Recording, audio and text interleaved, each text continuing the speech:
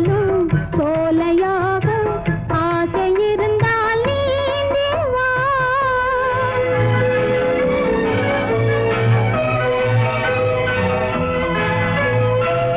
கண்ணில் தெரியும் வண்ண பறவை கையில் கிடைத்தால் வாழலாம். கருத்தில் வளரும் காதல் எண்ணம் கனிந்து வந்தால் வாழலாம். கண்ணி